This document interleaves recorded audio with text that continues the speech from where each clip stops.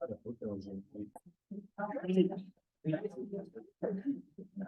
are brownies over there that are amazing for some 15-year-old daughter people, so you should try it. You'll be in it. Yeah. Coffee's made and pot, Warner. Oh, nice. Okay. Well, we have only one person who hasn't been here for a while. That we should introduce Kendall from Cousin Forever. He has been here before, but not for a while. So you want to tell us what's going on with you and why you're back?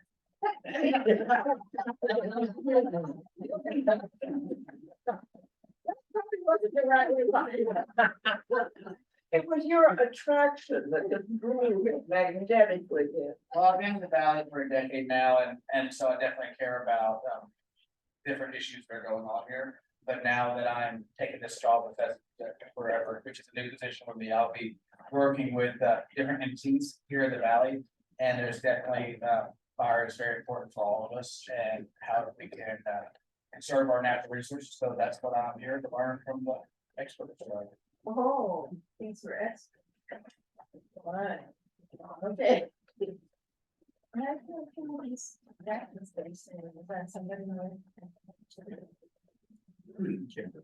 Oh. Kendra. No. Our facilitator. All right. Well, let's get into the financial report, I guess. Might as well get going. Do we have it? No, of course not, but she can get started. Yeah, pretty much very little is changed. We've had a little bit of reduction. I think we're like $100. The exact amount. This slideshow will tell us. If I didn't print it. Yeah. Slide show said 600. So, yeah, we're good with that. We're a little bit, and DNRC does have some extra funds, which we are funding other projects with. So that landscaping worker will be taking care of out of the fund.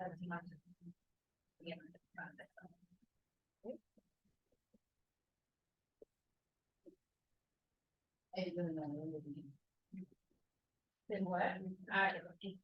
I'll talk about the landscaping. Mike was just asking when the landscaping Oh, worker comes out. okay. When we're ready. All right. Well, then we can move right into the CWPP update. Andrew. Yeah, so big news and happy to report that the CWPP draft is officially out for public comment as of yesterday. It's open until the 1st.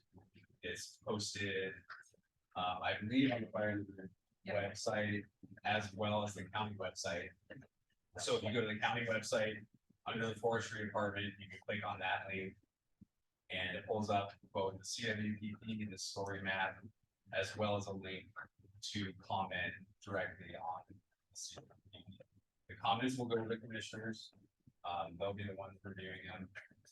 And yeah, that's pretty much it. 64 pages plus appendices. Yep. Maps. I printed out a couple copies over there, if you want to look through them, and then I just suggest at the end of the evening, take them, but anybody that needs a hard copy, you're welcome to take them. But, yeah. I just want to say Mike joined us. Mike, I just want to make sure you can hear us. Yes, I can hear you. Thanks. Yeah, and this is the link, but you all should have received the email that I sent out today with that, and it's on Facebook. Drew, did you want me to click on this and say anything about it? If you want to go through it, I mean, I don't know if anybody has any questions. Not much has changed. Sure. Well, how did you come up with just 24 days of comment? That's really, really incredibly brief time. I mean, I rarely see anything. This is not a NEPA document, Yeah, it's. like this was not. So it's not really based on the Forest Service or city process. I mean, it's the county doesn't really have a process for this kind of thing. So with the contractors and their time availability and money that they had left to spend. That's kind of how that was formulated.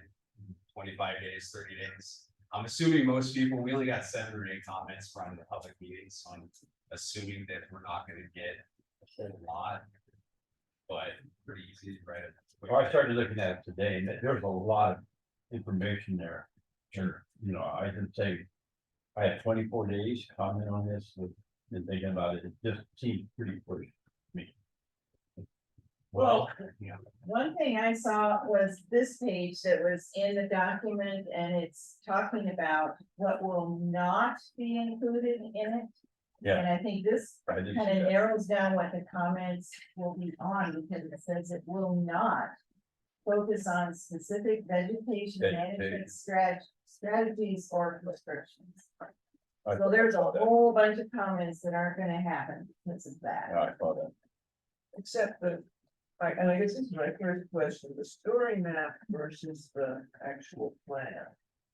Now, the story map has a very strong vegetative component right there with the whole Bitterroot plant promotion. Sure. That is vegetation, vegetation, vegetation, and this is how it should be treated. So I guess I have some comments about the story map as it exists. It hasn't really been even, I mean, it doesn't even have anything on HIC. Basically, there's nothing. Anyone goes to that story map, only visually impacting thing is the Bitterroot funds and how we're gonna do it. And mechanical logging is front and center, and that's what we. Well, the main thing about the story map, remember too, it's just an educational component, a background, kind of an overview of what the CWPP is. So it's just kind of. Is it gonna stay like that, because it comes off as a very We specific. can update it however is appropriate. Once it's all transferred over to the county, we can manipulate it however we want. That's after the CWP fact. Well, sure. And it will display, it'll go through, like the story map intention is actually to portray the CWPP. And so the HID is portrayed in the CWPP, so it will be in there, so it will go through the CWPP. That's the intent of the story map. We don't have right now the CWPP, so that's why it really has kind of just background information. That And people a will know. strong vegetative recommendation without any balance that even represents the CWPP's required criteria Right, of and structural protection. you bet. So we can- where does that we can- comment even go? I mean, do I give that to the commissioners? Do I give that? Well, I think the story map is less important. That was kind of a bonus, an add-on. One reason why we went with TJ as a contractor, because they kind of supplied us with this extra component, which was before the draft came out, where people could comment before it was a solidified draft.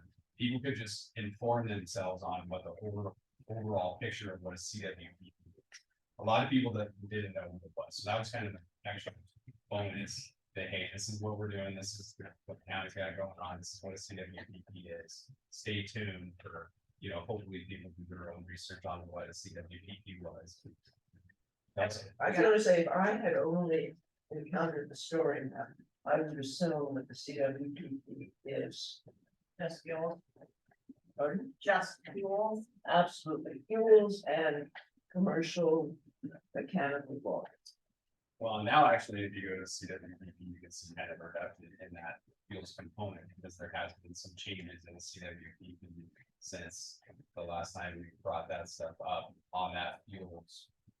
That fuel. Right, I mean, if you look back, actually, like 2 days, day and a half, it's not much. Mind, Right. but I started to look at the mass of that and been modified somewhat. Yeah, I mean, there's really almost no way there. All of that's everything been somewhat, I bring other people up to speed, but they can make relevant comment in 34 days. But at least, I mean, Neva's sure for the next, a minimum of 30 days. That is a different comment, yeah, I mean, I understand the parameters, they don't think that they're acceptable reasons for. If there's no legal reason, it's for practicality. Sure. If that's something that needs to be conveyed back, and I guess what I'm hearing is that. But if it helps is the story, if one were going to comment on the story map, is that going to be commissioner, is that going to be the core team? I don't Is that- think so. I think that would be a core team, and that would be a core team. And this is all evolving, right? I mean, this is. Yeah, and I This made is just like an this engagement. comment and Kristen about 2 days ago, but, because I went back to look at the story map, I hadn't looked at it really since July. Right. And, you know, I understood it would be evolving. It hadn't really evolved except a major video promoting a bit of fun. Well, and you can submit those comments, and especially to myself, with people in this room, or people that are on the core team, but the story map again is not like a central component of this. It's just, it's kind of a, I understand where you're coming from, but it's really like, it's really an offshoot of what's the CWPP is the main focus, the main driver. So the content of what the CWPP is, that's where I would focus for. And those comments at this point go to the They commission. go directly to the commission. So here, I've got it up. Yeah. This is the website that the link will take you to. I don't know if I can. Yeah, it's Here is the link. If you click on this, it'll open the draft. If you click here, it'll open an email box for you to directly email, or you can submit your comments in writing. And then there's a link for the story map also, and then Andrew's contact details, but it's all on Yeah. this website. So that's where you go for comments. Anything else? All right. Well, that was a surprise. I thought there would be no questions. Well, Oh, no, don't, oh, not Rick. I mean. You miss your time, you miss your chance, might be wrong. finishing the brown. first. Now you all know why I got the brown. I'm waiting for them to take.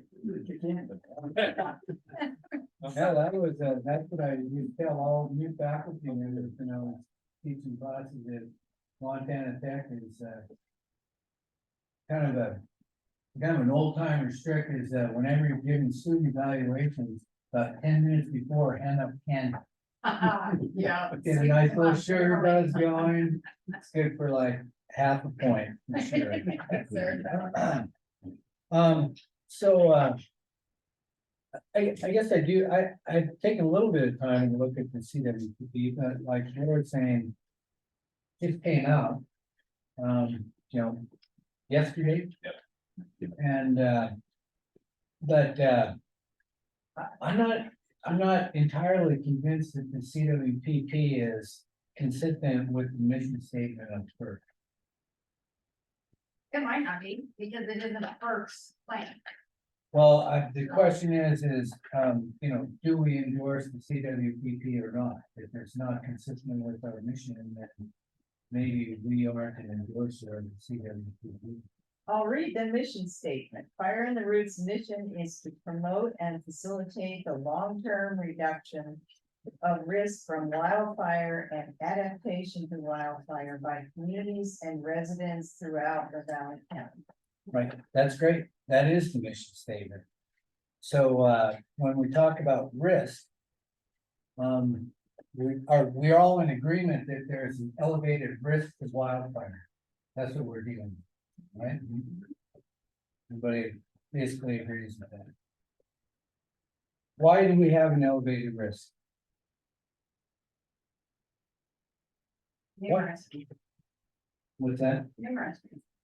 And it doesn't really matter. It doesn't matter. If we're going to be mitigating risk, we need to know why there is a higher risk.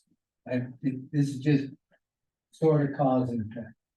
And so two things are predominant in why there's more risk. One is that the suppression of fire over the last century has resulted in dramatic increases in fuel load. think everybody agrees with that, right? And so, the other reason is anthropogenic climate change. It's getting hotter, it's getting drier. And so I think we all agree that those are two primary drivers of.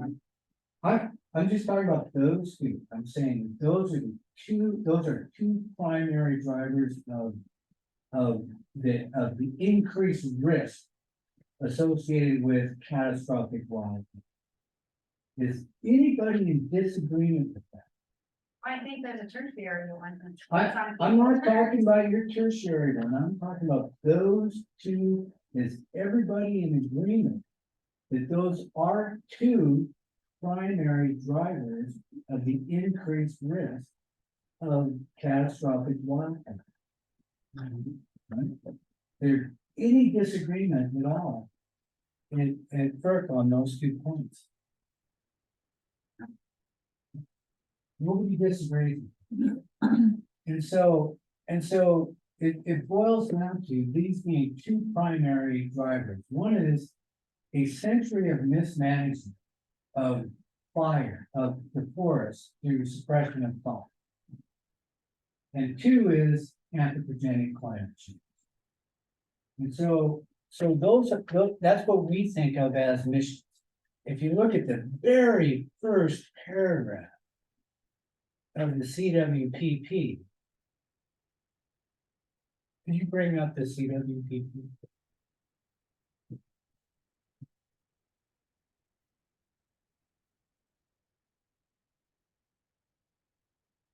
Anthropogenic is caused by humans. I don't know that we all agree with that. Who doesn't agree with Well, that? I was gonna say. You don't that. agree, you don't agree No, with that's- climate, you do not agree that humans are causing climate change. I don't think I do. Rick, just change Okay, it to climate great. change. Great, you don't believe that, that's fine, so that's one I person. don't think we have proof. We know that climate is changing. It has always changed. We don't know the I'm not- reasons. Oh, we do. We definitely do know the reasons. But set that aside, so there's one person here who doesn't believe that humans are causing climate change. That's great. I'm happy to know that. There's not just one, there are others, so just change it to climate change and let's. No, because it's important that we assign that we name things correctly. It is anthropogenic climate change. People have caused. Rick, I manage- think there's disagreement on that, and we're gonna get into a rabbit hole that's gonna go nowhere. This is not getting into a rabbit hole. No, This is not- it's getting into a rabbit You're hole. pushing back, you're not letting me finish the point. And so there is, aside from your opinion, it is a certainty that humans are causing climate change. And we can argue that point later. But the point is, if we go to, You just need to give me a page go to number. page 1.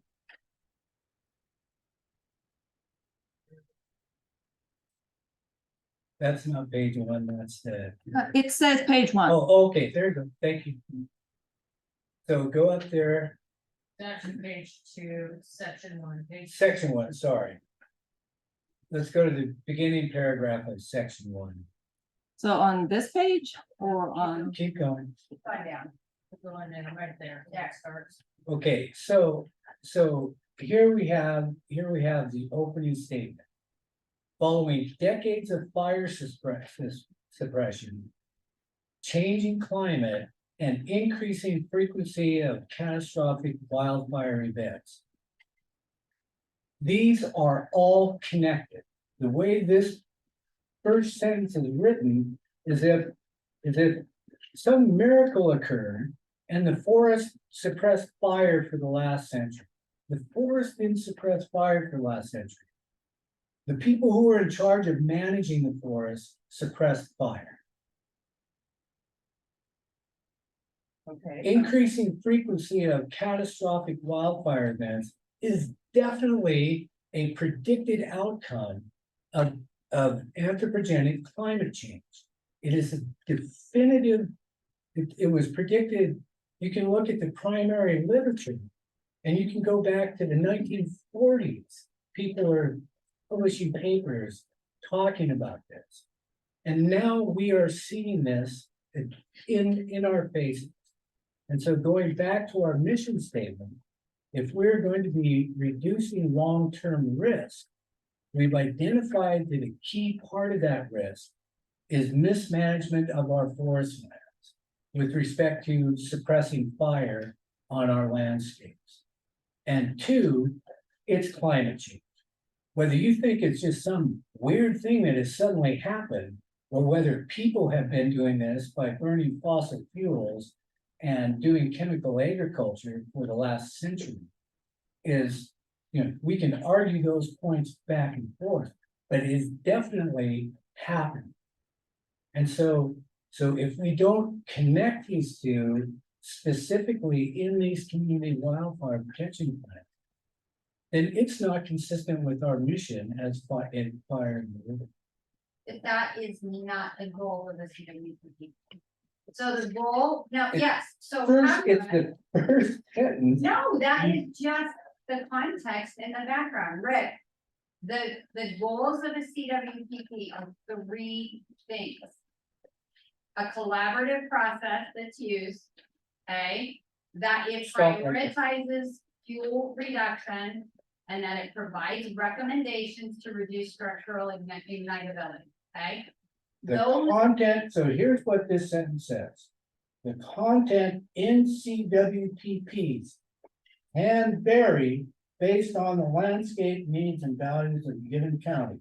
you bet, but they have to. HFRA identifies 4 basic requirements for counties seeking federal funding.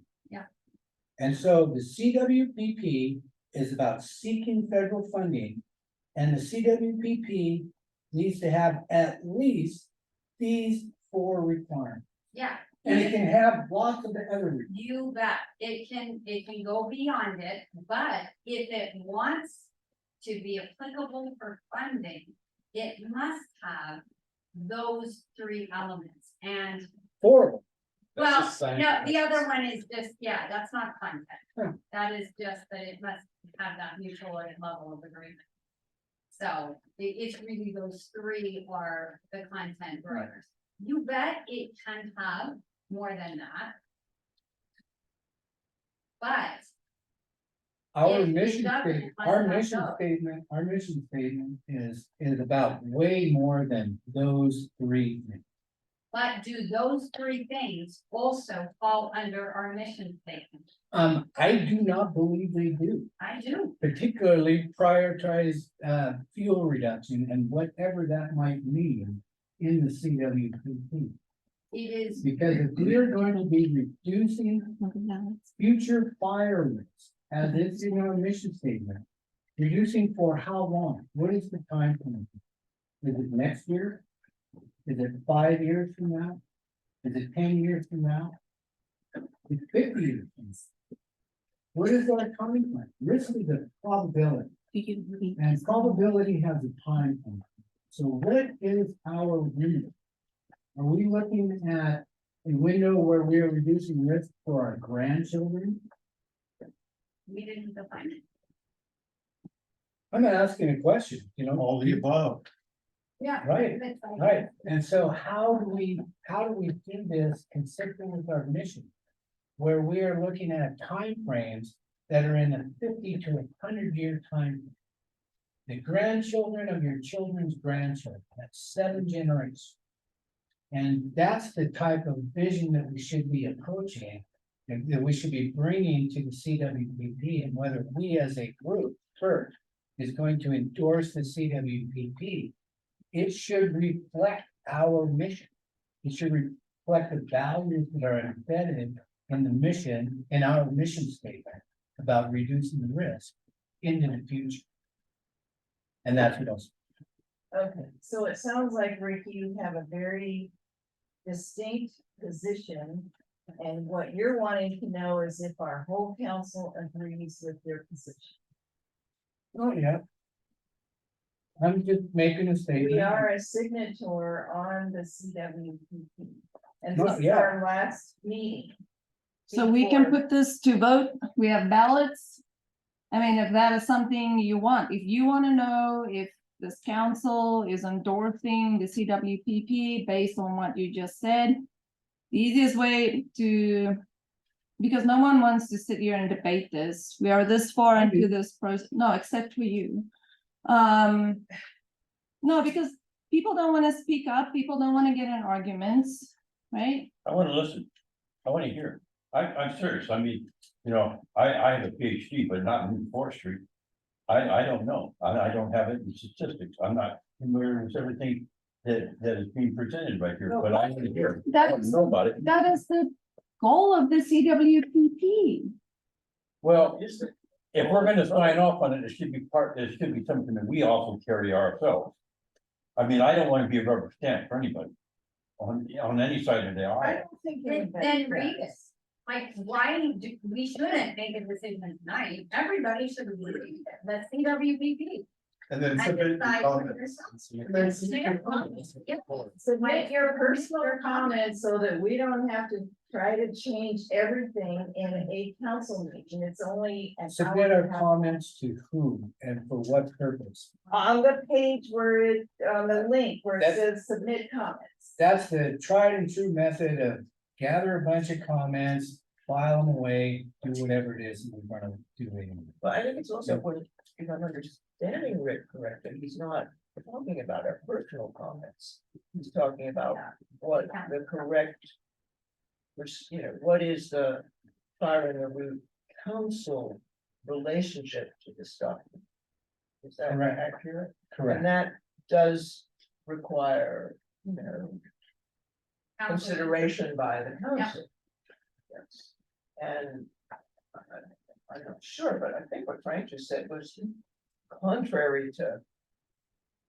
In other words, it is important that we all read it, and the timing is a bit unfortunate that we don't have enough. The data. timing is still fine because the comments are due December 1st, but that's not when it's signed. Right.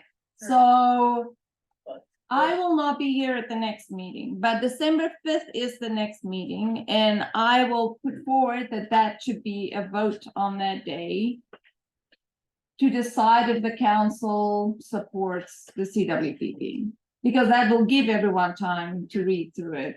And But it would be also good to hear some discussion tonight. I mean, that's the Well, sort of. can we go back to the beginning of the council when we set it up? We didn't have issues about climate change. We I were did. moving, were you here for the formation? Yeah. I've been here, Do you since the recall that you second- ever said anything about climate change Yes. back? I'd say talk about climate change every time. That's why you get so mad when I speak up, which is fair. I mean, You know what I get, not mad, but annoyed by is the disrespect in the tone of the comment. what disrespect is that? Well, we can't argue about the definition of disrespect here, Rick. Well, what do you mean? How am I I disrespectful? feel like you talk down to all of us that don't agree with your scientific, The scientific, your scientific conclusions. There are other sciences, other scientists. You are not the only one. And I feel like you talk down to us when you talk about science. Like, Okay. nobody cares about science, but That's not quite true. And actually, I spoke just in the last couple of months to a friend of mine who's what are they, GSA or anyway, 15, the highest. Yeah. Yeah. Scientist on fire, and he does science research in Moscow, Idaho, and I know that somebody here knows him. Ken knows him, right? And his name's Andy Hudak. And I hear him parroting exactly pretty much what is being talked about right now. So it's not one person, and it has my interest a lot. You know, I mean, all I I'm saying is there are different scientists that believe different things, different people agree with different scientists. There isn't one answer. There is. I'm just sorry that, you know, that it's really come to this, but this is really not a debatable proposition. In that the climate change that we're seeing here today is caused by people. There's just really no functional disagreement on this point. And if we're going to allow ourselves to be vetoed by people who are just unwilling to accept basic facts. We have a graphic on our website that says we have science right in the middle. Big science, and science right there in the middle. Right there, science. And 99% of scientists are saying it's people. Not 99%. Okay, but this is a debate. Debate. It is not. No, it is not a climate debate. I'm debating climate. That's what I'm doing. Okay, we know that. We know that. I'm Well, saying then- this isn't a climate group. And this is not a climate debate. How would, whatever you get from this group, how would that change what you want in the CWPP? Like, Rick, do you want it to address climate change more than it has? Yeah. Okay. Yeah, Why don't you put that in your comments? I'm not gonna send comments to, what I'm talking about here, and Laura put this out succinctly. Is that we are a group, Fire in the Root Council. We've been at this for 2 years. We entered into this and one of our goals was the CWPP. You know, this was a primary reason for forming Fire in the Root Council. That was moved off of our plate, off into a different zone within about a year. We have a mission statement, and one of our first things was to get that mission statement into a CWPP. The CWPP process is no longer in our hands, but we still exist as a council. And we can either endorse this thing as a group or not. And my contention is that the CWPP doesn't represent the values of this group, then this group should not endorse the CWPP. Does that mean the CWPP is going to not pass? Unlikely, because at this point, you know, quite frankly, nobody really cares what Fire in the Root Council thinks about the CWPP, because it's out of our hands. But as a matter of principle, if we are going to endorse something, we should agree to what it is that we are endorsing and why it is as a group we are endorsing. And if it doesn't meet with our mission statement, then we don't endorse it as a group. I like Eurista's idea.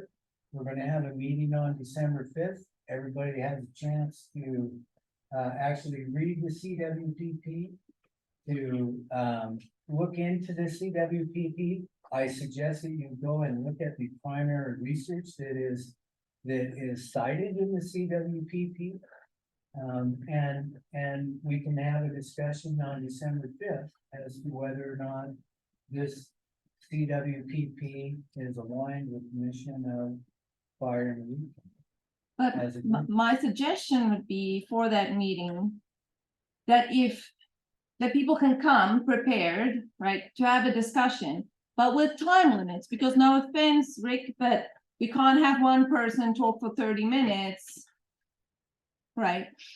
And you can have 5 minutes or 5 to 10 minutes if people want to come and give their opinions on the CWPP and what they learned from it, and then put it to vote after that if the council wants to endorse it. But that gives people enough time to read through it, Yep. formulate their own opinions, and present that. And no disrespect to anyone that comes with whatever opinion or whatever point they want to make or whatever feelings they have. and you're allowed certain amount of time and you move on and we put it to vote. And that could probably be what most of that meeting is devoted to. At that point, that's my suggestion. Question. For Andrew. So, September 1st, right? All the comments are gonna be into the, county commission. Okay. So what's the process right after they receive all those comments? Honestly, I don't know that. Because I haven't been through this before, and quite frankly, the county hasn't really been through this before, so I will clarify one thing right now.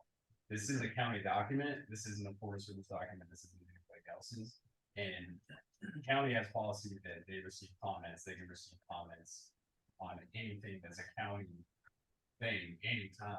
I mean, you can go to the commissioners in their office and have this discussion with you. Okay. So I will clarify that, but I can't. I'd like the comments, let's say, coming to the commissioner. So who is it that sits down with those comments? Does the contractor do that with the commissioner? Not like, How are those comments incorporated if they're important? Are they incorporated in the findings? well, I mean, Eric might be able to speak to this. I know for a fact the comments, just one thing. I know for a fact the comments that were submitted during the public meeting, I looked into those. I sent them out to the contractor. I sent them amongst We are. the court. And we all saw those. And I honestly think that some of that was incorporated into some of the changes that were modified through this moving forward, including some of the high fuel stuff that Laura brought up, that folks have brought up before. That is what directly and other things influence that modification that happened in CMP. So it's not like these comments just go in the trash can. Yeah, I think that is why there's another core team meeting, right? I think that is to talk about some of the Right. comments that'll come in, Right. yeah. I just want to say Mike has his hand up, so just when you're done, he'll go I next. think Eric. And I'm not speaking for the commissioners for this particular thing, and what I can say is what's typically done with things like this that I've been involved with in the past. Is people can send in comments, or they can appear at the public meeting. And then make a statement or comment at the public meeting, or both. And if there are folks that want to appear at the public meeting. 21st or something, I don't- Yeah. Yeah. that's- 9:00 on the 21st. So, I guess what I would say is if somebody. You know, if anyone in this meeting or any other member of the public. Wants to come and speak at the commissioner meeting. You know, that typically, I would say it carries more weight than emailing a comment, although you can, like I said, you can do both. You can email your comment and come, speak to it at the meeting. But what's typically done with comments that are sent in is they're received by the commissioner's administrative assistant. She compiles them all into a packet, and every commissioner gets those comments. And in this case, they may go to the contractor or the court team. I would assume they would. I would assume that I would be in that process, for sure, in which I would consult the courts. I mean, that's not just me in all this at all. So, I mean, there's a lot of things.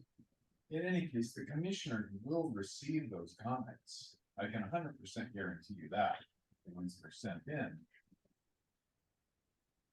Now, at the public meeting, if there's particular changes that are desired by the commissioners that might result from receiving and evaluating those comments. I have seen it done before where they, they'll make those changes or amendments and then either, approve it subject to those amendments being put in, or maybe continue the meeting so that it can be updated. And so, like I said, I'm not speaking for how they want to do this or how it's guaranteed to be done, but that's what I've seen done in the past. with Things like this. And there's also time limits, I don't know how long you can speak, right? I don't think I've never seen. you know, I don't know that there's a policy that I'm aware of or seen that specify time limits. What I will say is when they've had these meetings where they still out in the hall. And everybody wants to comment, which, you know, we've had some of, they will set some time limits. Just so everybody that wants to comment, not that they wanna cut somebody off, but they want to ensure that everybody wants to speak Right. has an opportunity. So. I would encourage anybody that has comments, come to the public meeting and make the comments to the commissioners. And also, And also to like. Okay, Mike, you can go ahead. Okay, now, following up on what Eric said about public meetings. You come to the public meeting and make verbal comments. They also request that you have them in writing or email them forward. They will go into the public record. I sit on the planning board also, and those comments are looked at pretty heavily. To start with the planning board, as far as moving forward on maybe a potential subdivision or backing off and having more requirements done.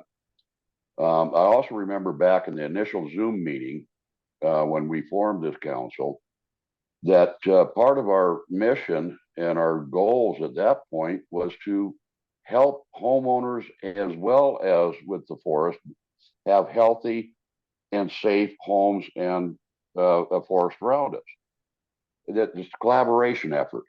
I also said on the Ravalli County Collaborative, we're meeting next Monday at 6 p.m. County Commissioners Room. You're welcome to come there and talk too. I know Judy, I think, plans on being there. But we're also involved a little bit with this and also looking on as far as what support we can give on the collaborative to the Fire in the Root.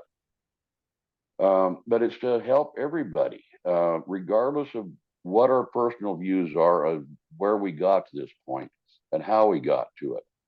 But we're at it now. And it's time to do something to change it and to protect the private properties, protect the forest, protect the future for our grandkids, our great grandkids, and future generations. And that's what our goal should be. And I believe that's what our mission statement says. And with this, as it first came out, when we first started working on this, was trying to get the grant for the funding to rewrite the CWPP. And we're at that point. And the timeline, it's on page 4 of the CWPP. I'm sitting here looking at it in front of me. And public review period, November 6th, December 1st. And then it will be incorporated into a final. And the final completed in January and hopefully signed in so that we can start next year with some of the funds that are available to help with the homeowners do the mitigation on their property. And so we don't have a cross boundary catastrophe. Thank you, Mike. I do think Mike has a really good point in that. Like, Rick, I hear you. I hear Laura and I hear Frank. I do. And whether I personally sympathize or not, that doesn't matter, right? Because I do represent the logo on my chest right now. But Mike has a really good point. The fact that we are this far is absolutely amazing. Absolutely amazing. Byron, right? Yep. Like, this is incredible. And so just this step is a huge leap forward. And in the future, it does not mean that there can't be anthropogenic climate change added into it. But the fact is that we are probably going to need to take baby steps. And this was a huge leap, not even a baby step. And so for me, I am so proud and pleased that we were critical to this happening.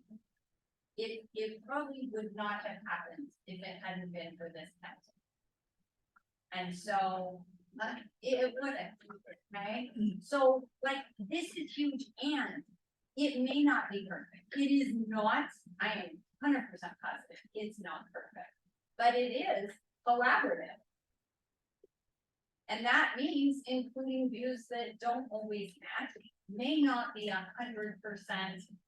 what you agree with, but it is collaborative and it is a step. And once we get this signed, it is now a living document.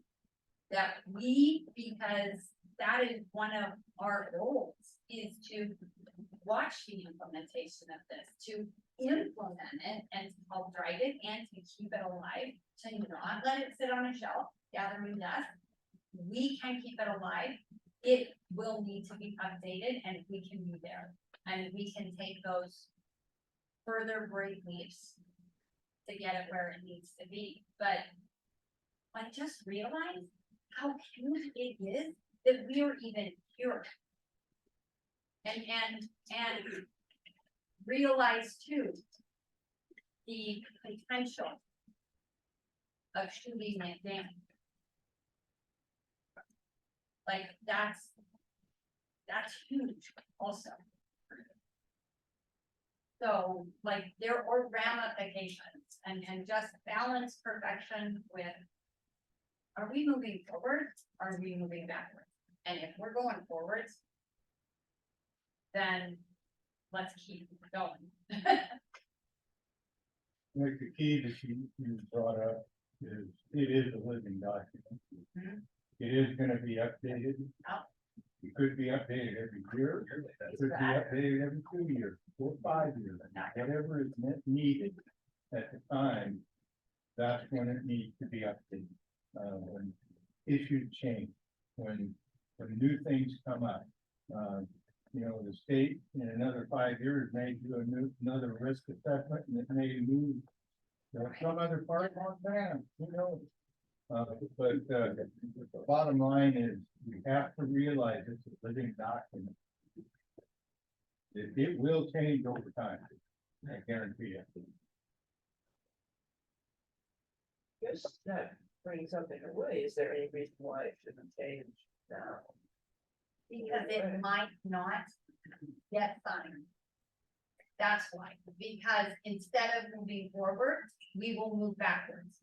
So it is literally that decision that you are actually, our signature doesn't matter on this. The 3 signatures that are required, fire departments, local government, and state, right? That's their signature, I mean, state, but it's their signature. Those are the 3 that need to be on it. So whether we sign or not isn't gonna be an influence, but we not having our support says a lot. But you know something, guys, you sign it, this is something we need to think about doing more. And the climate change. Once this gets signed, that opens up a wealth of funding for this country. And that's funding your climate change group can go after that, to start trying to bring in the science monitors. To start showing how it's affecting the valley, the long-term risks, and you have the skills and the ability to apply for that funding. And bring that funding into your group, where we as a group don't. I'll be very honest, we as a group don't have that kind of scientific background where we can even apply for it, where you could. I have 35 years of experience in effectively climate science. And, I tell you what, I can't count the number of times that I've heard this. Don't press, it. Let's not have people saying mean things about this, but I'm saying what the real problem is. It's just let it go, you'll be able to apply for money later. We'll be able to change the plan later. And I've been through 35 years of bait and switch on this particular topic, on sustainability and climate change. And I mean, it's 35 years, that's 3.5 decades. And the time for, we want to make baby steps. I don't know how many people are aware of this, but a little over a month ago, a Category 5 hurricane appeared out of nowhere. I mean, it appeared out of nowhere. And I've been in modeling for 35 years. And this thing has got everybody freaked out. It came out, it was like an alien presence landed on this planet. Category 5 hurricane nailed off the boat. Time for baby steps was 15 years. The time for bold action is today. And simple things like this, recognizing what the actual problem. Anthropogenic climate change, mismanagement of our forests. There could be other things, there's encroachment, there's population gain, there's agriculture, there's all these other things that play into it. But these are two primary ones.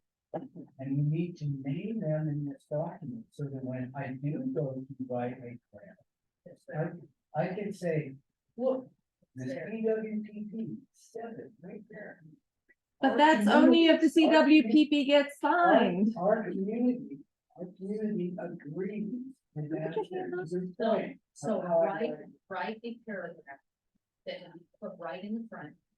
And present it to the commissioners and say, I would like this paragraph added, and this is why. I need to be applying for grants in the future to protect our valley and work on climate change. I'd like it to be coming from the fire. Well, when the fire group council decides it. Yeah. Got your paragraph in it. Like, there is, yeah, I guess, well, whatever it's, I'd like to follow up on. You said that other groups could apply for funds. You bet.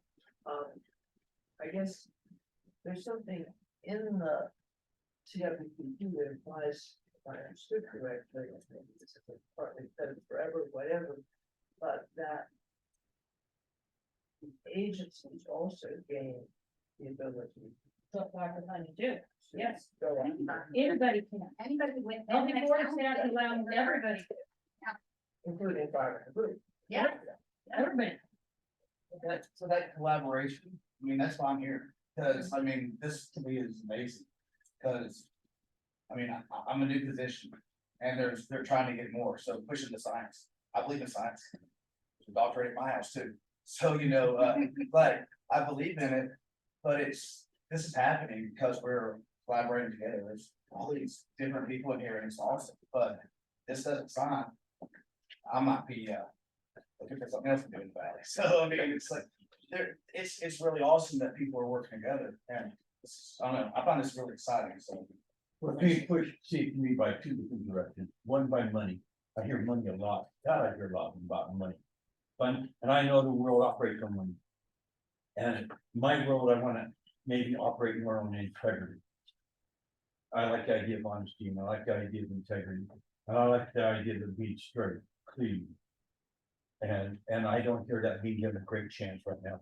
Oh, but no, that's. No, I'm I serious. agree with that, because. It's being argued down, constantly it's being argued down, rather than saying, let's take a closer look at what's being presented and said right now.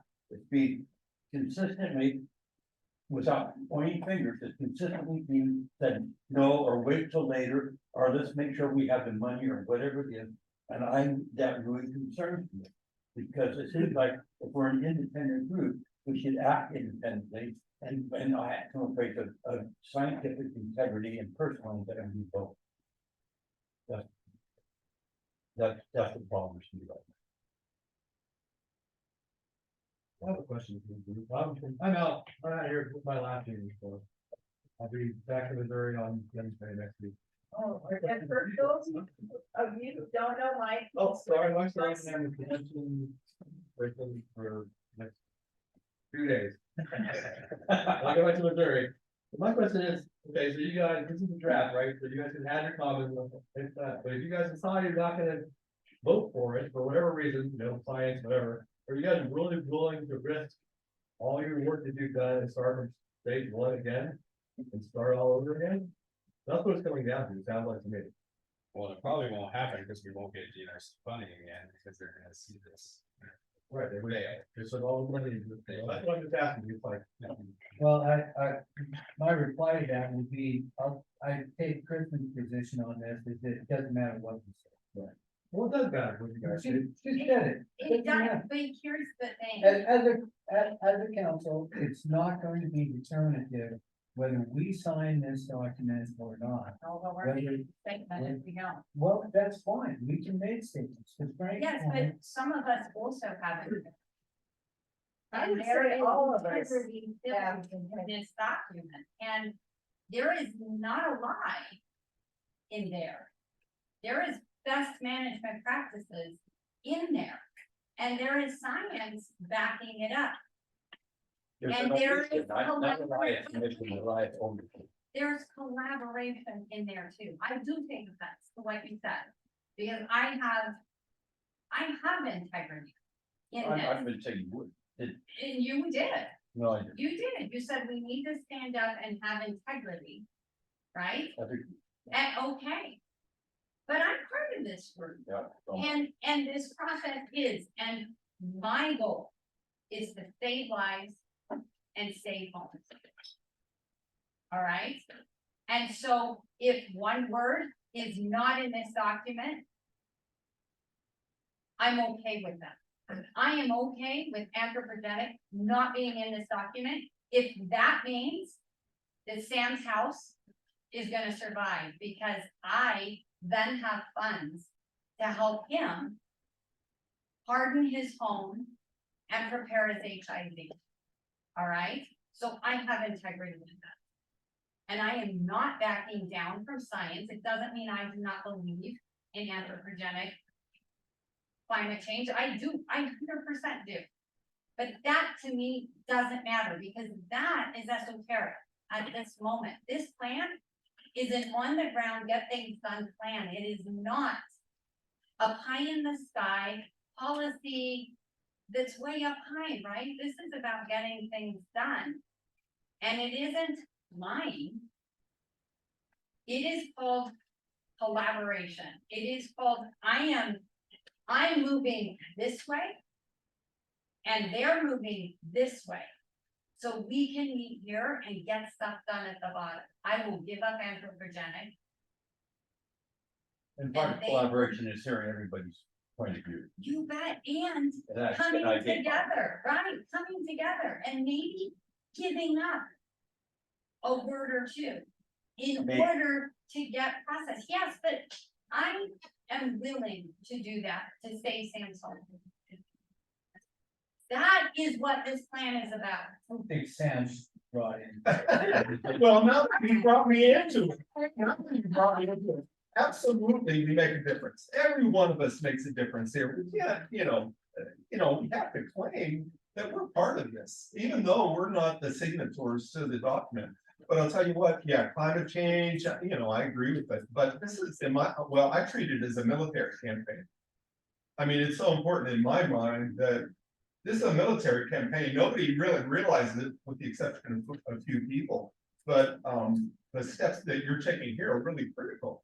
And getting the commissioners to sign off, and I think it's super. And it's evolutionary. And with you, we're gonna try to get speakers in to educate the public. And that's what we want to do. And it's just a process. We'll get there, but I respect your, feelings about it, Rick, but it's a process. I guess then, in that context, then, clearly don't expect everyone in the group to agree with, what the Veteran Climate Action Group says, that, that has never been, but it has been considered and thought about. But I guess think that read it again, Judy, the mission statement. We should be clear that as a council, what we endorse in this case, or in any case, really, honors that mission statement, because I wasn't here when that was written, that was already done before I joined, but it seems pretty good.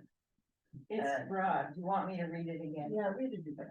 Fire in the Roots mission is to promote and facilitate the long-term reduction of risk from wildfire and adaptation to wildfire by communities and residents throughout the Valley County.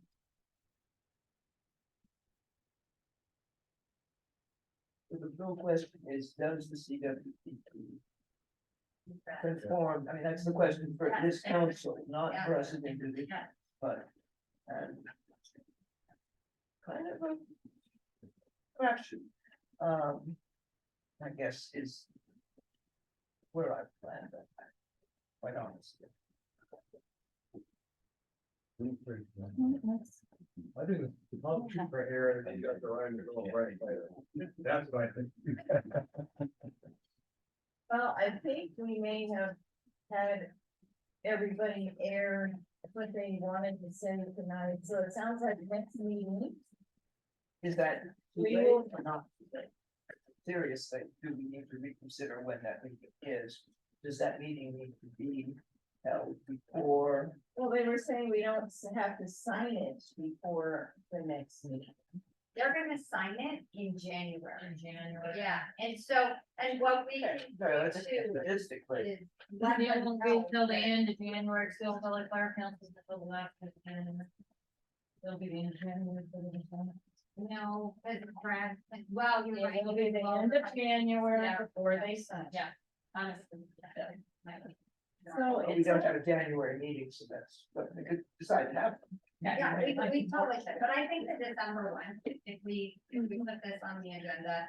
And we limit people to maybe 5 minutes. yeah, so limit discussion Yeah. to 5 minutes per person to get your Yeah. impression out there if you want to speak. And then we will vote on whether to endorse the CWPP as a council. So make sure if you want to vote, you have to be here. In order to vote, I will make sure I have a list of who's eligible to vote. If you just join tonight, you won't be able to vote. If you are fairly new, you must have attended 3 meetings this year. So Michael, you could vote, But you're not. but most other people will be fine to vote, but I'll make sure there's a list to make sure that. This meeting's been recorded, so Yeah. people who weren't here tonight, Yes, it might be worth yeah, it'll be Including uploaded that. tomorrow. on the, Yeah.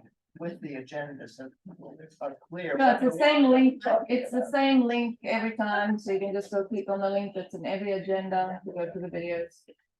I mean, just especially since it And is, prior to the next meeting, there will be the short minutes of the meeting, so it will describe what we're going to be doing, what was discussed in general, Yeah. and what we will. because I mean, this do. is kind of the first time we've ever really had a discussion like this. you know? And nobody got shot, that's pretty good. Right. All right, well, we only have 30 minutes left, Yeah, so let's it's time to move on. rush through the next. Assessment update, Jurista. Okay, I'll just give a quick rundown on assessments. We did 35 assessments for the year. There are 5. It's much lower than last year, but there are 15 that we either couldn't make contact, never got back to us, canceled, weren't at their house when we showed up, et cetera, or they gave wrong information. And then 5 that we're still trying to schedule that kind of fall into that 3rd bullet point eventually, because after 3 emails and 7 phone calls and 2 voicemails, you assume they maybe don't want the assessment.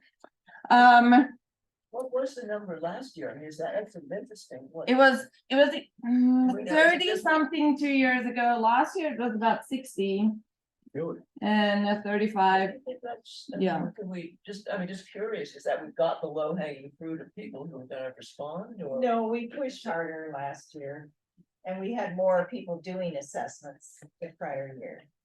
Yeah, but I mean, we could have fit them in. It wasn't really capacity that was the problem. I just think some of that is probably true, Laura. I think maybe people that really wanted assessments got assessments, and maybe the same people come by the booth and say, oh yeah, had an assessment, so What should we be doing to get that done?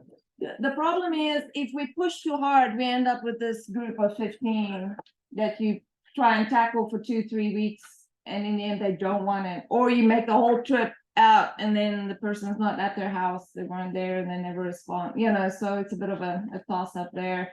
How much time are you willing to spend pushing for an assessment, knowing that you're gonna spend much more time trying to go do the assessment if they don't want it, so.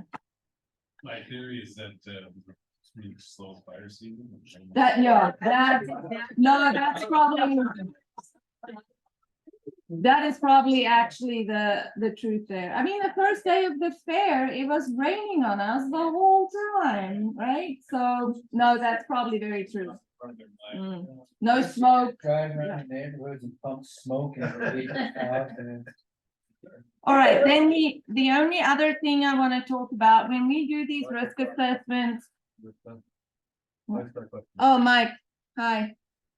You're muted.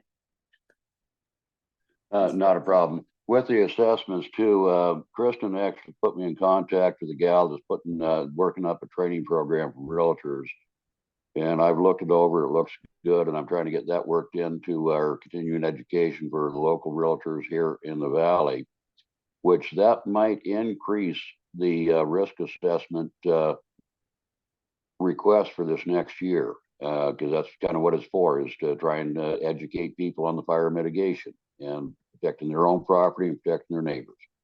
So, and I really, I appreciate the work that's been done on it, and I'm looking very forward to seeing that training program in person myself. Oh, that sounds great. Thanks. Thanks for what you're doing on that, Mike. So when we do these assessments, we usually, especially if the homeowner needs field reduction work done, we email them or we hand them a contractors list. And these contractors come from Byron, Thayer, and Drew, and I send it around to them, have them double check that these contractors are still in business, who they know, who they've worked with, so we sort of cleaned it up and put a new list together.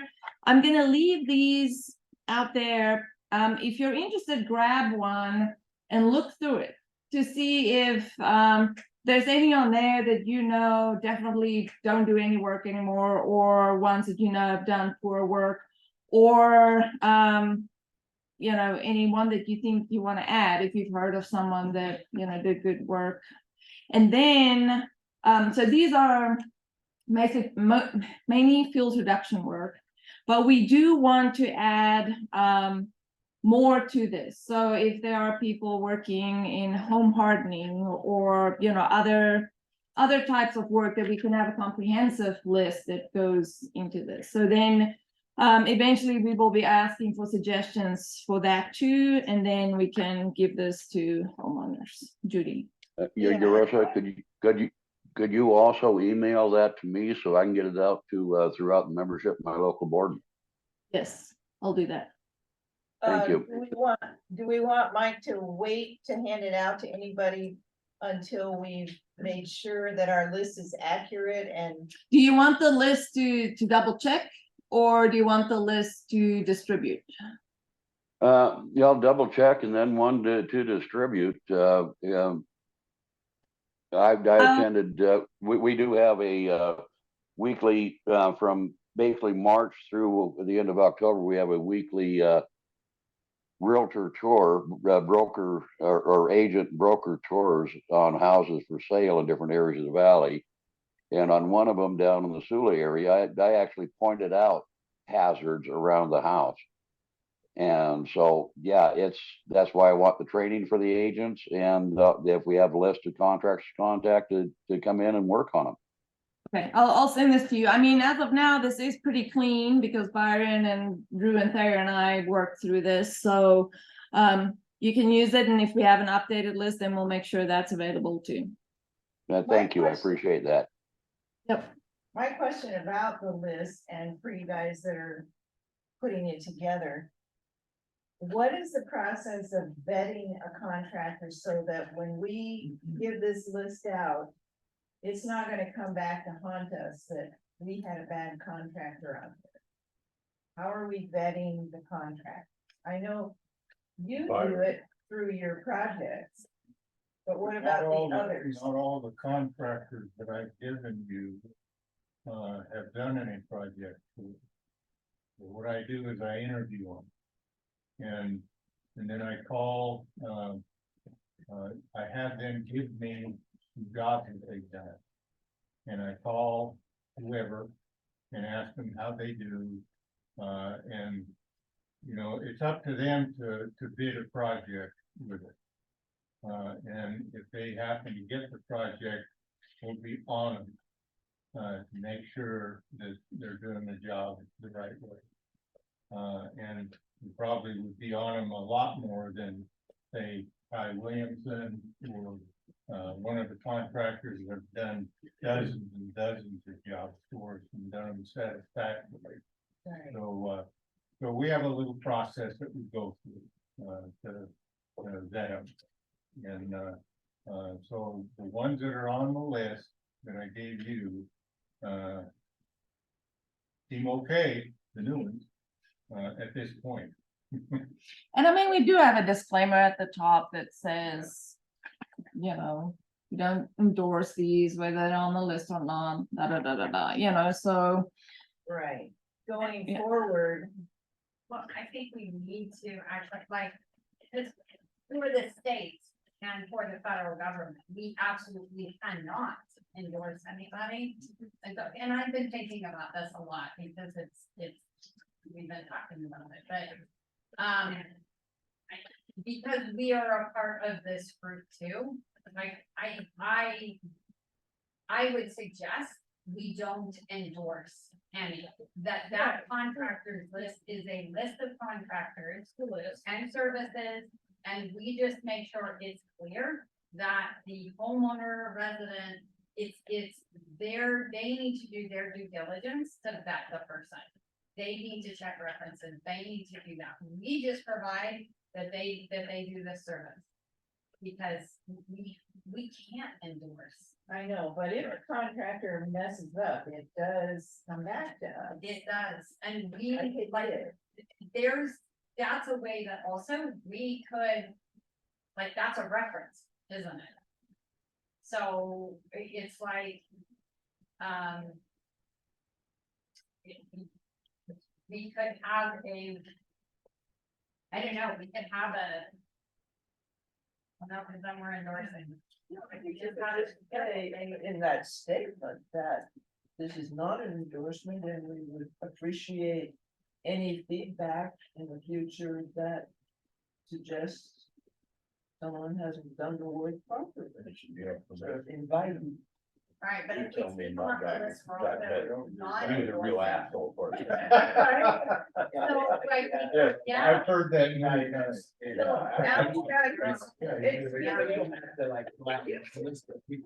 Al has his hand raised. It's Al's turn. Byron, do we require for a company to get on that list, be bonded and insured? Yes, they have to give us their liability insurance, normally on broad fee, broad form B, and then their workings comp. For example. And this, so the statement here says. The Root RC&D, DNRC, or Valley County does not endorse any contractors, whether on this list or not. This list is not all inclusive. There are other contractors who would do this kind of work who are not on this list. It is the landowner's responsibility to contact the contractor and select one that will accomplish the work to his and agency standards. These agencies recommend that landowners evaluate the past work of these contractors before using a contractor for their project. This can be done by asking for references or calling landowners. All the contractors on this list should provide a copy of their license, proof of liability and insurance, etc., etc. It's recommended that landowners request a copy of this information from a contractor prior to entering in a contract, etc., etc. Right, so it, Sounds like a lawyer, yeah, but I mean, that's disclaimer. right? Andrew, you had your hand I didn't really, raised.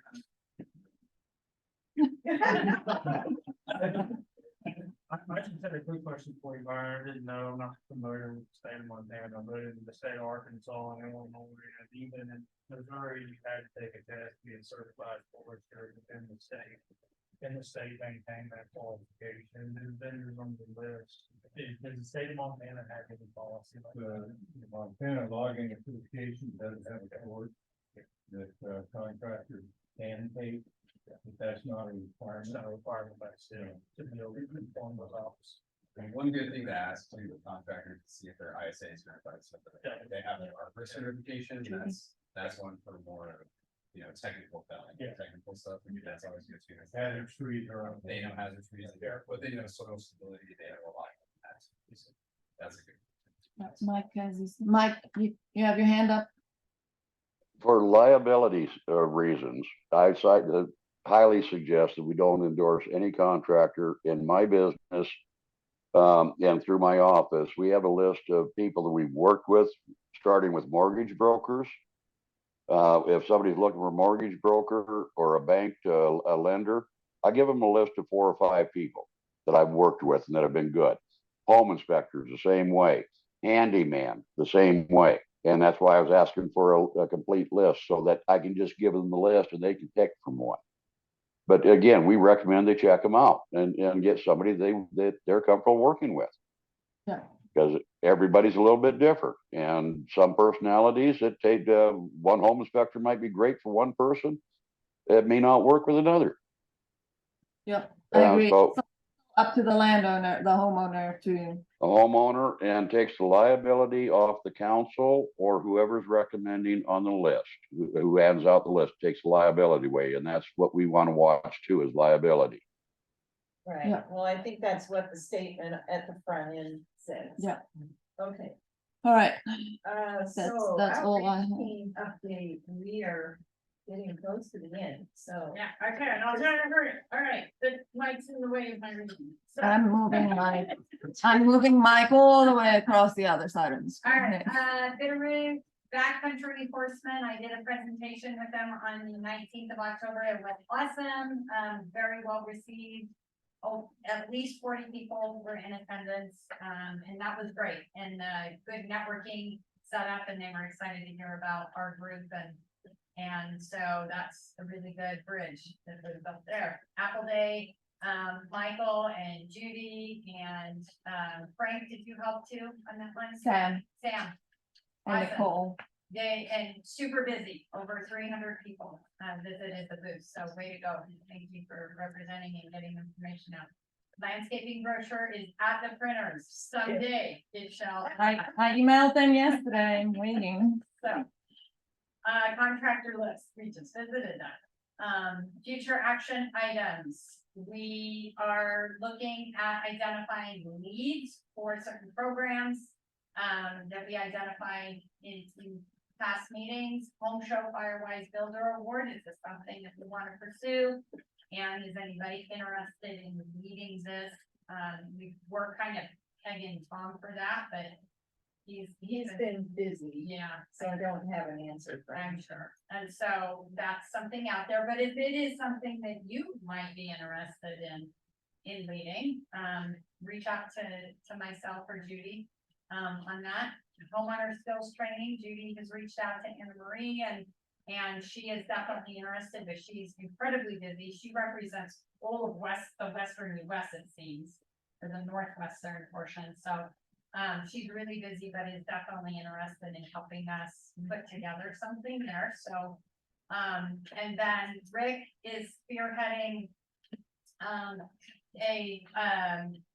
well, 2 prongs. So a speaker series on a big scale where FERC brings, our Fire and the Rec Council brings in higher profile scientists to speak from all over the country, and this would be a funded item through this crazy thing called potentially a CWPT. And we get those funds, bring those speakers in and speak to the public. In the meantime, since that would require the CWPP being signed. Not necessarily. Or maybe not, because if you could get other funds, you're right. So there's that, and then also in the meantime, because we all are thirsty for knowledge as well, just as Frank was mentioning before. Bringing in speakers to our council and having, maybe every other month, a speaker come and, talk science with us. And so we would love your help with ideas or suggestions for specific speakers. And so, Rick, do you want them to email those to you or email it to myself? Or Sam also Sam, helps. You're gonna add some coffee and fingers and things. Yeah, Sam already had quite a few suggestions and. So maybe email either you two or myself. You know, it's, there's no big rush. Yeah. Let Sam and I talk about what the plan is. Okay, I met with Nicole and her partner's name, Tyler. Tyler. And talked a little bit with Sam, and I'll meet with Sam and talk a little bit with Sam. That there's a couple of proposals that we have in that are pending that could be me and my extended research group that could fund interesting people to come in and talk about fire in the context of kind of couple agro forestry ecology and so if that comes through, then there might be a few bucks there. We bring Steve Running in, he could talk to us, give us the talk that he gave me 30 years ago about climate change.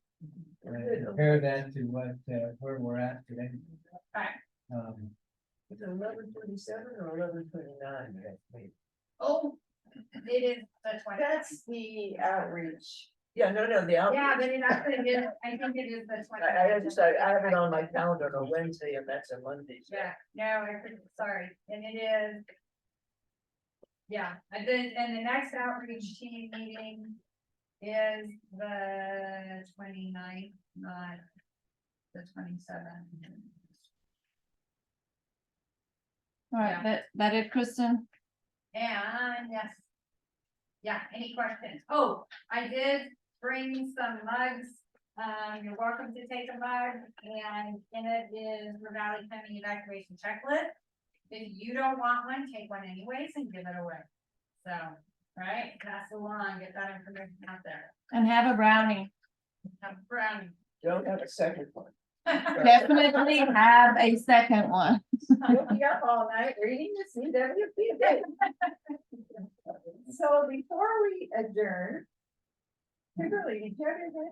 I did. Oh, I have something that's coming up. Kind of along the same thing of, Mr. Outreach, Dr. Peter Cole will be here on the 16th. He's actually gonna do a forest injury pile burning practicum. So he's gonna do a little presentation actually here in the fire hall, starting at 10 a.m. You know, it'll be like donuts and refreshments, and then you'll break for lunch, and then he does have a site where you will go out and actually see those piles being burned at 1. And so there is no registration fee, but Carissa, I can send this to you. It does just kind of, ask for some information, but he is coming, and along that same line, obviously, I'm very well connected with climate change individuals, experts in the field on forestry, etc. So I'd be happy to help on getting speakers here. Can I post that on Facebook if you send those details to me? All right. Absolutely. What is the date on that? So it is November the 16th, so next Thursday. Right. Wait here. Peter Cole. Yeah, well, he has a long time and like extended. Well, I'll talk to you afterwards. I'm being recorded, so. Thank you. That's awesome. And there is no fee, by the way, for that event. Okay. Thanks, Primarily, open burning. Yeah. Behaviors. Safe behaviors. Basically, yep, and then obviously, any type of burning is dependent on the weather, so in the case that something was to snow. Next week, he will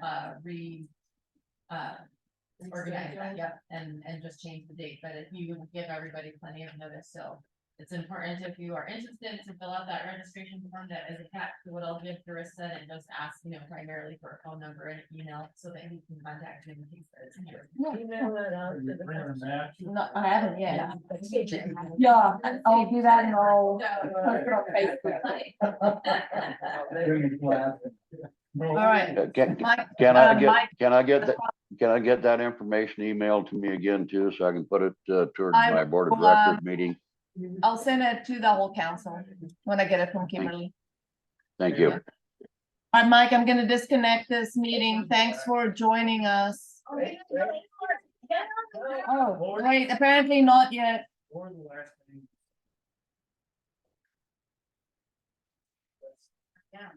These are people I know from the University of California and proposals that I've worked on, Carmen Blackwood. Okay, I think that's. Steve, there's right, people would I probably know come down and do one. yeah, I mean, we could get, some semi famous people from the. Blackwood running and what doing? Carmen Blackwood, Steve Running, Ilke Alpinkus. These are just names off the top of my head. Then what was the person you mentioned? Oh, there are a number of people. Yeah, we'll get together on it. Okay. And so before we go, I want to mention two things. One, thank you, Mike, for coming and helping us out. We really Yeah, I'm sorry I wasn't there in person tonight. I was just running late and just barely made it home in time to get on my computer. Well, glad you could join us. Yes, thank you.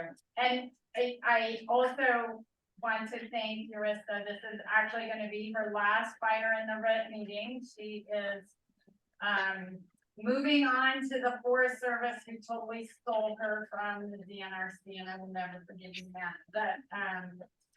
No, she is moving on to the Forest Service. She's staying in the Bitterroot. She'll be on Darby Ranger District as a wildlife biologist, so they are lucky to have her. And we have been so blessed to have you, and just thank you. You have done lots of great work. And congratulations. Thank you, Mike. The council on that? No, and I want to say thank you, thanks to all of you.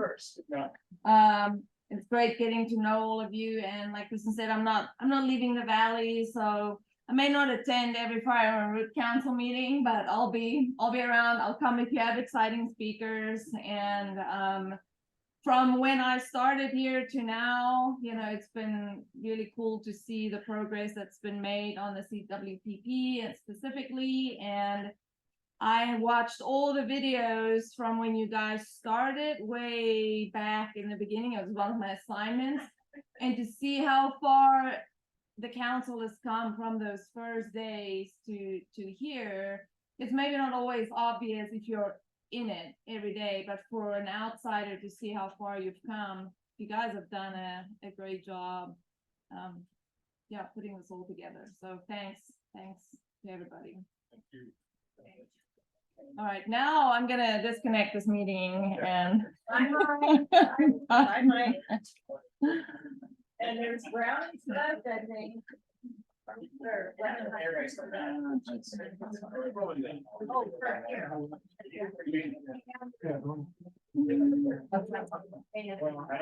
trying to stand out right enough to start.